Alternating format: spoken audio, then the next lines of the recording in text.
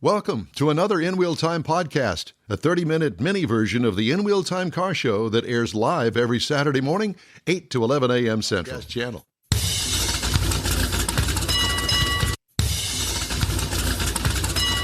Hey, it's the In Wheel Time car talk show coming up, Channel 13, weather forecaster and auto enthusiast, Mr. David Tillman. Konrad has This Week in Auto History, and we'll get you caught up on the stories making car news this week, coming up in this segment of the In Wheel Time car talk show. Howdy, along with David Ainsley.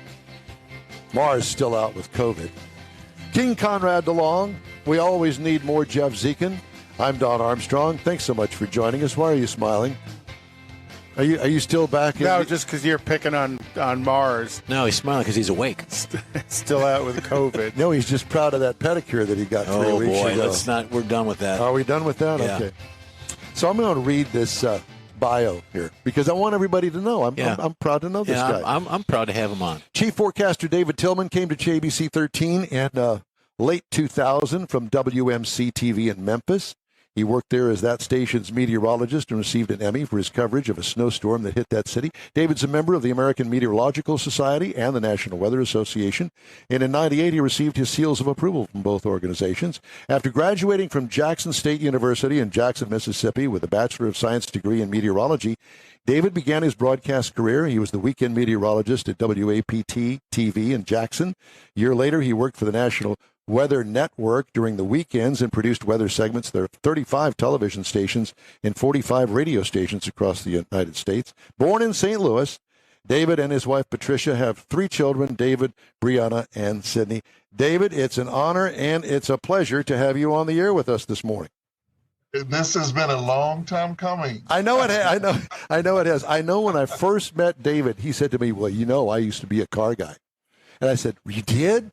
Well, that piqued my interest right away. Of course, I've always wanted to be a weatherman. As a matter of fact, the late Doug Johnson said, "Hey, man, why don't you do weekend weather over here?" This is back in the day at Channel 2. And I said, "Well, I don't know anything about it." He says, "Just go and get the aviation weather manual, read up on it. I'll teach you what you..." And, of course, I had long hair at the time, and I was on radio then.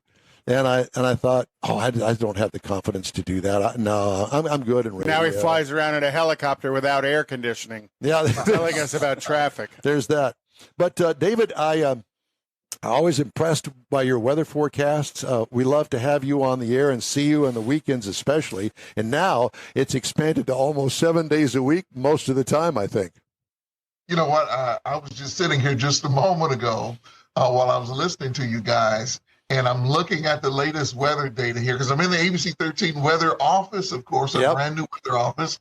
And, of course, it's tropical weather season. So I was just looking at some of the latest data to see what this thing near Florida might bring us. And the way I like to gauge it is it going to give us enough rain to turn off our lawn sprinkler for a day or two? And it kind of sort of doesn't look like it. I think that dry ground we have is just going to suck up every drop of rain. If we get So we're going to be okay, but San Diego and LA are going to get hammered. You know the weather is weird when Houston can't buy any rain, and we're about to see record rain in San Diego. Wow. That's crazy. Well, I want to talk to you today mainly about your automotive background. You've been a car nut forever, haven't you? Yeah, I think it started when I was about 5 years old. I had 3 loves as a child. My love for cars and weather came about the same time, about 5, maybe 6 years old. And then later on, as I began to get closer to my teen years, I got into sports and basketball, being my main sport, but following baseball. From St. Louis, Missouri. People say the top baseball city in the country. I was way into Cardinal baseball as well. But my love of cars started when I was 5 or 6. And I remember living on Kennerly Avenue in St. Louis and looking about a half a block down the street at the corner there, and all these cars would be passing by. And I got to the point where at 6 or 7 years old, I could name every car that passed by. Absolutely. Yes, I can relate to that. Yeah. We all did that. Yeah. Now, here's where it gets a little weird. Here's where you might, David's a little weird. And and this is where my love for the mechanical side of cars came about. I could sit next to a car and I would test myself to know what kind of car it was just listening to the exhaust note. Okay, so you could know the difference between a Ford and a Mercury, between a Pontiac and a Oldsmobile. You certainly knew when a Corvette or Camaro or Mustang, was next to you. But I could tell, what car company built that car just by listening to That the is exhaust. crazy. There used to be a commercial about that where the little kid would be up in his room and the parent would say, "What is that?" And he named the car, the That was horsepower. David. That was how he got started at TV. There you go. Yeah, exactly. This is really crazy too. You could even smell the exhaust and know what company it comes. Yeah, well, back in the day, yeah, exactly. So did you that is work a in the little auto weird. industry somewhere? What's that? Did you work in the automotive industry somewhere? Well, when I became a teenager, I guess, I knew I didn't want to work in fast food like most kids, and I love cars. Kind of got that from my dad. And I ended up working at, I'll just give you my quick resume, 3 different Firestones, 2 different AutoZones. I was a service manager at a tire place called Tire America. I worked at a place called National Auto Parts. And then I worked at a tire place in St. Louis, historic place. I mean, they've been open since the 20s, Telly Tire. And they're actually still open now. They're still in business, yeah. Yeah, I worked for and under the son of the founder of the business. His name was Chuck Telly. And then he had 2 sons, Mark Telly and Scott Telly. And Scott Telly was my immediate supervisor there.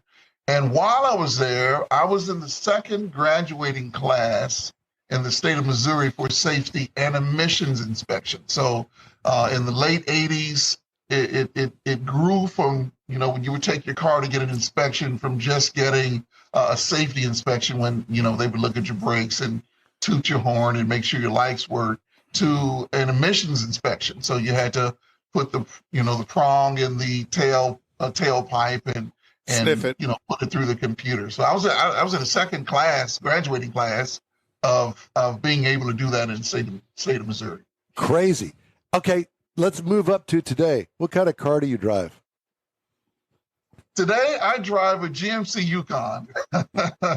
I've had it for 17 years. It's a Yukon Denali, and I think it's the best vehicle I've ever owned. 6.2 liter.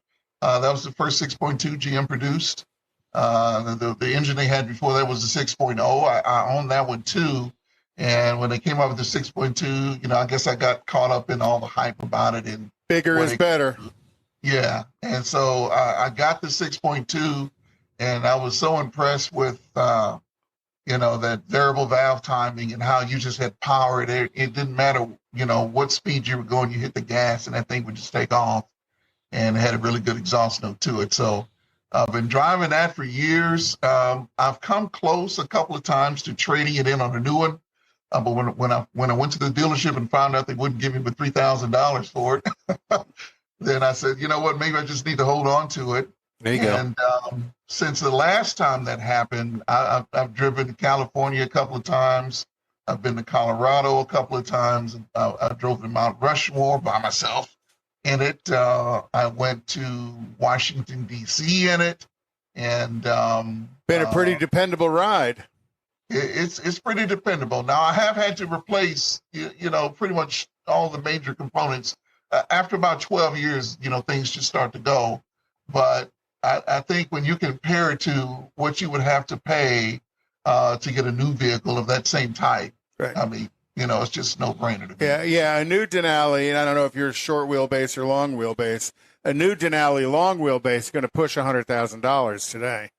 Yeah, and I was just looking. I have a long wheelbase, and that Denali Ultimate certainly caught my eye. And but it scares me just a little because I think the 2007 that I have was one of the last vehicles that were just not so completely loaded with electronics that you know you get to the unreliable side. I don't know if I could like buy a new one and trust that after 5 years the electronics wouldn't just go. I mean, the electronics in the truck I have held up.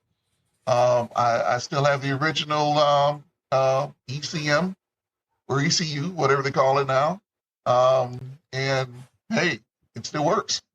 Yeah, I drive a 2004 GMC Yukon as my daily, and it's bulletproof. I mean, I say that now. Hopefully, I didn't just jinx myself. But yeah, it's pretty fault free. And right now, in today's times, we have no chance of being caught in a flood with any of our vehicles. That's for sure.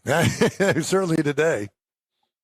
Yeah, and see, I use mine too. I mean, call me crazy, but I storm chase from time to time. Oh, wow. Oh, wow. I usually do it with a station vehicle, but if I'm at home and I'm off work and I believe there's going to be tornadic thunderstorms within, say, 3 or 4 hours of the house, I'm not going to drive into work to get a company vehicle and go. I'll just jump in my Yukon and go.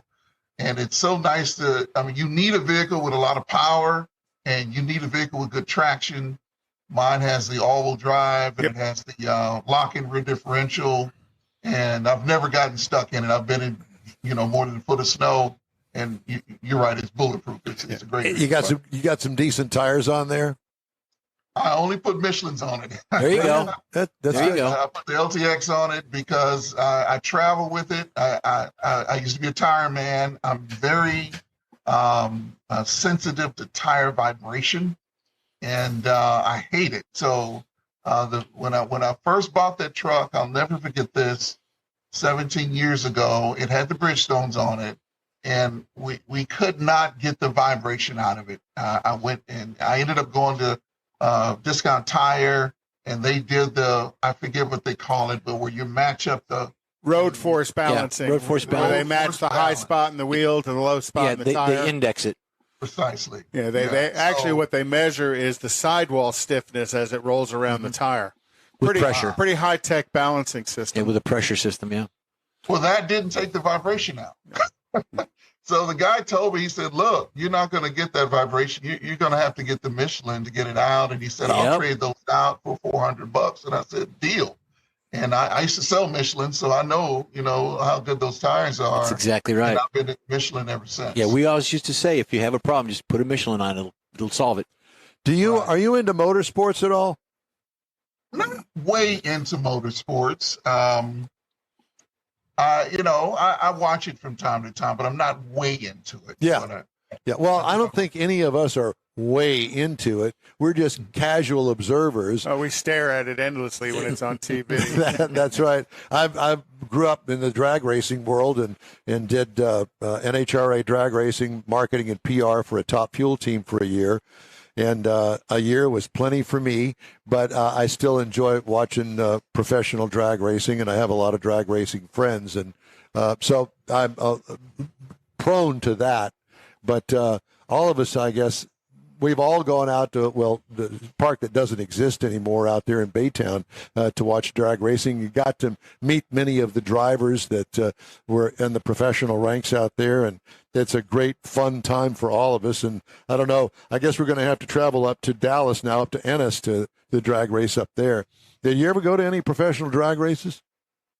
I have not been to any professional drag races, but it does kind of bother me that in all that time, I had buddies that worked at the station that were there all the time, and that I didn't go out there to Baytown before they closed. But it's something, the closer I get to retirement and just enjoying. You're not old enough to retire, David. Don't even talk to us now. about that, because, listen, I'm a lot closer or past retirement age, but I don't know what I would do. I mean, I enjoy working, When I say retirement, I mean just stepping away from maybe what I do one of these days, but not Giving up. not being active. I mean, I'm still going to be very active. I think I'll be a storm chaser for life, really. I mean, I love doing that. And, and I do have something to tell you. Please do. Talking about the road force wheel balance. Yeah. And this is something that maybe you guys can relate to.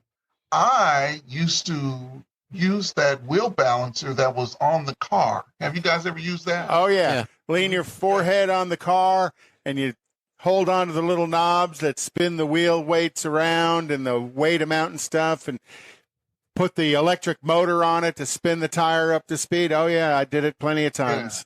Yeah. Well, mine, you would put the electric motor on it to spin the tire to speed, but they had these sensors that you would put on the control arms. They were magnetic sensors, and the magnetic sensor would tell you how to balance a tire. Okay. Well, I used to have these guys that would race, these cars, these Porsches and Corvettes, and they would come into Telly Tire, and when they figured out I knew how to take all the vibration out of that front end, and they could do 150 miles an hour without vibrating. I mean, they started coming in droves, and they would give me $20 tips and whatnot. But the whole gig was up in the late 1980s because BMW started manufacturing aluminum control arms. Okay, So I couldn't put the magnet on. you couldn't put the magnet on it. So, and then, I mean, I guess everybody does now, but that was kind of the beginning of the end of that. Yeah. And then, of course, front wheel drive came in too. So that kind of messed everything I go up. back to the bubble balancer. Oh, yeah. The bubble balancer. I saw a place the other day. I don't remember where it was. I saw an actual bubble balancing machine. I thought, are you kidding me? Yeah. They're still around. Yeah. I guess it's good enough to get it going down the road for 50 miles an Yeah, hour. but it's not going to clean up a small vibration in there. No, it will not. Well, so what do you have in the weekend forecast for us? More hot weather and maybe a shot at some rain on Wednesday? That's pretty much it.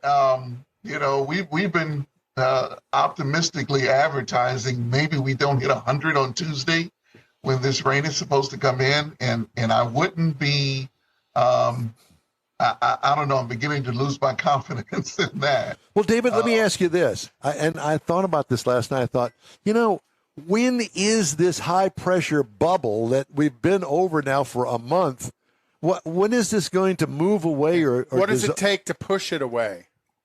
Is it just a change in the jet stream? I think it's a change of season. The way I look at the hurricane season, and this is probably true 4 times out of 5, you look and see where that ridge is going to set up, and that lets you know if you're going to have a big year for hurricanes or not. And you really know in the month of June that heat ridge will set up someplace in the country, and where it sets up in June is typically where it stays all summer. And if it sets up over us like it's been, it makes it really hard for hurricanes to get in here. If it sets up over Atlanta, Jackson, Mississippi, then that puts us in just the right orientation there to where if something gets into the Gulf, it would come our way. But it's usually the changing seasons that heat ridge finally begins to break down. And on a year like this, I mean, the only other year I know of is 2011. That might not happen until November. I mean, we might be well into the 80s through October. Wow. In a situation like this. It has changed subtly because now it's centered over the Midwest, but there's nothing to say that it won't reposition itself right over us again. Jeez. As we head through the next month or so. David, it is absolutely wonderful to talk to you, and so much fun, and we sure appreciate you taking the time, and also thanks to the management for letting you come on our always shaky car show here, because we go off on these tangents. Don's in charge. Yeah, because we go off on these tangents where we're talking about Konrad's pedicure. So thank you for bearing with us. Okay. Sure, and maybe next time you have me on, I can share some of my repo stories with you. I for glossed sure. over that little fact. All right. Well, we're going to definitely book you. Let's talk next month, next 6 weeks or something, if we don't have a hurricane cooking. Put you on as the repo man. Hey, I got plenty of stories to tell, and I'd be happy to do it. We look forward to it. Thanks again, David. All right. Bye-bye. Thank you. David Tillman, What a guy. ABC Very Channel cool. 13 weather forecaster. Great guy. Meteorologist. Okay, let's talk now about This Week in Auto History, and Konrad has that. Do you have that? Yep. Oh, good. So in 1901, Charles Yant drove the first automobile up to the summit of Pikes Peak. The man's name was really Yant. Y-O-N-T, Yant. Okay.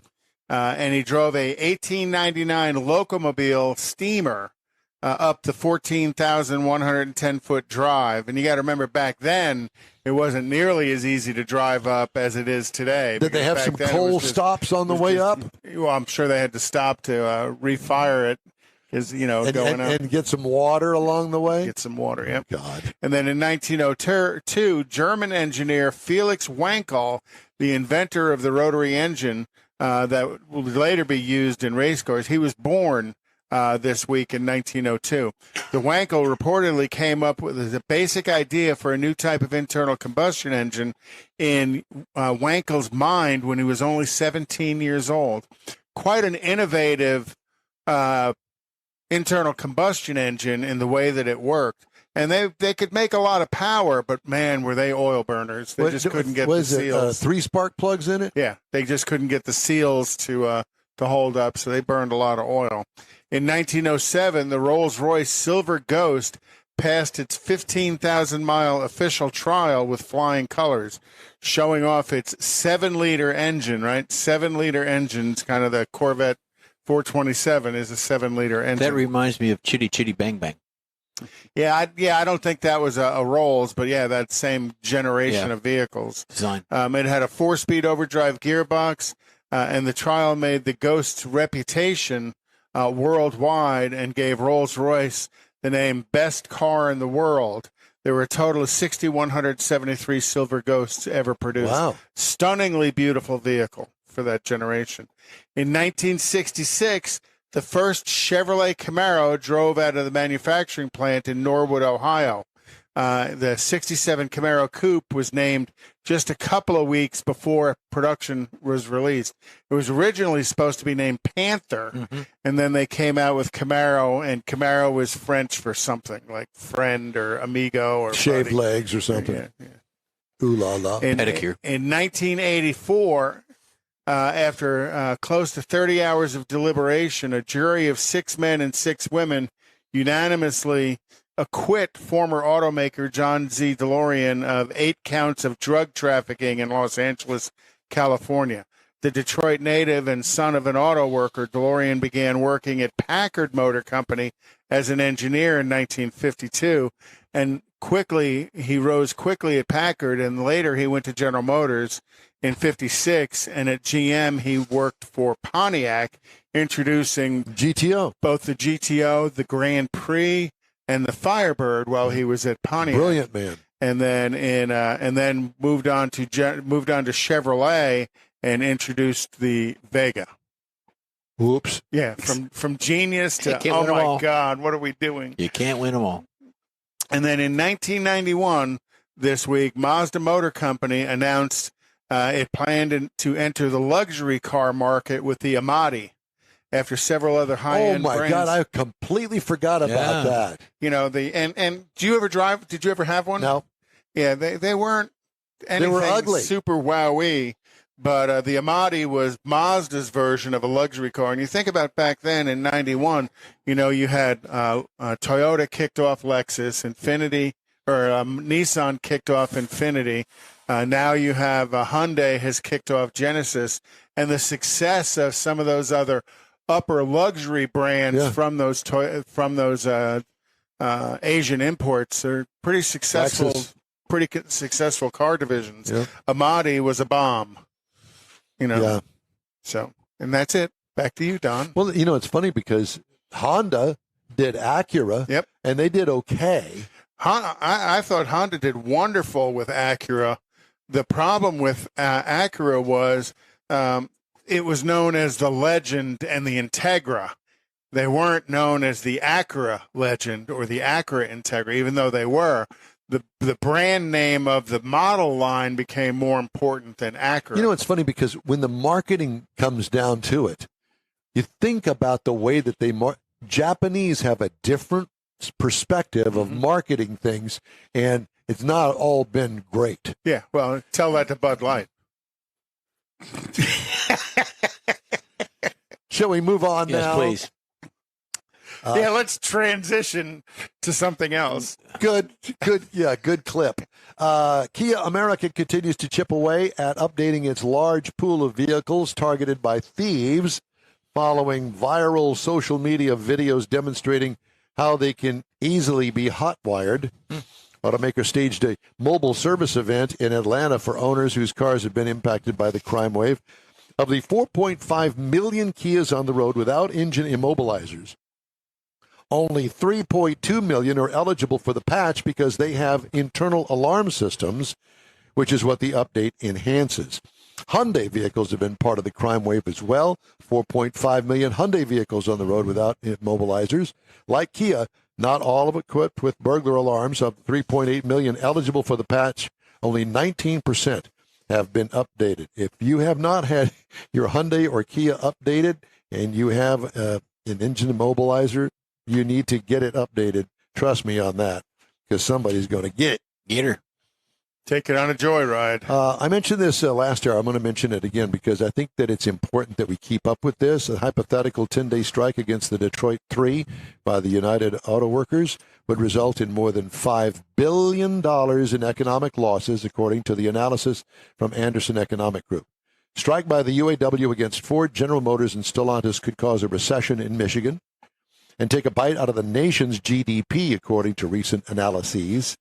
A strike is becoming more likely as the September 14th contract expiration draws near, and negotiations between the UAW president, Shawn Fain, and the automakers appear to be making very little progress. A Biden administration averted a rail strike last year by passing legislation to prevent a work stoppage. Of course, we were just coming out of pandemic then. Federal intervention could also play in if a strike were to occur to the Detroit 3. Ford, as we mentioned earlier, putting a $300,000, 800 horsepower Halo atop its Mustang lineup. It's taking aim at European supercars.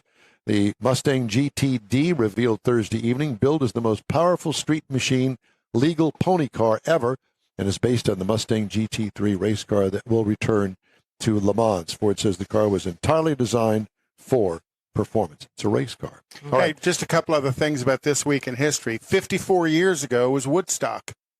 This week. And then also 30 years ago, Robin Ventura got 6 hits in 1 inning against Nolan Ryan.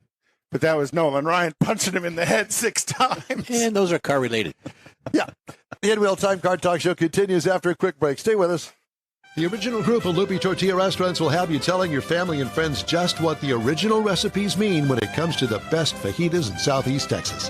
Founder Stan Holt invites you to visit the original Loopy Tortilla near I-10 and Highway 6. Here's the original house that inspired the design of all the rest and the original charm that helped make Loopy Tortilla the go-to destination for Houston Tex-Mex. Speaking of original, nothing can compete with the original lime pepper marinade that everyone will agree makes Loopy Tortilla award-winning beef fajitas the best anywhere. Loopy Tortilla Katy is another location that gives you the same quality and service Houstonians have come to expect at Loopy's. It's located just off I-10 and the Grand Parkway at Kingsland Boulevard in Katy. Find yourself in Aggieland? Head to the Loopy Tortilla in College Station, located just around the corner from Kyle Field. It's a great place to enjoy those famous frozen margaritas before or after the game. Headed east to Louisiana, stop in at the Loopy Tortilla in Beaumont. It too's on I-10. You can't miss it. The original group of Loopy Tortilla restaurants invites you in for the best Tex-Mex anywhere. You own a car you love. Well, why not let Gulf Coast Auto Shield protect it? Houstonian John Gray invites you to his state-of-the-art facility to introduce you to his specialist team of auto enthusiasts. We promise you'll be impressed. Whether you're looking to massage your original paint to a like-new appearance, apply a ceramic coating, install a paint protection film, nano-ceramic window tint, or new windshield protection called ExoShield, Gulf Coast Auto Shield is where Houston's car people go. Curbed your wheels? Instead of buying new, why not have them repaired? How about a professionally installed radar detector? Gulf Coast Auto Shield does that too. Get a peek inside the shop and look at the services offered by getting online and heading to gcautoshield.com. Better yet, stop by their facility at 11275 South Sam Houston Tollway, just south of the Southwest Freeway, and get a personal tour. Gulf Coast Auto Shield is your place to go for all things exterior. Call them today, 832-930-5655 or gcautoshield.com. The award-winning In Real Time Car Talk Show is available on the most popular podcast channels out there in 30-minute episodes.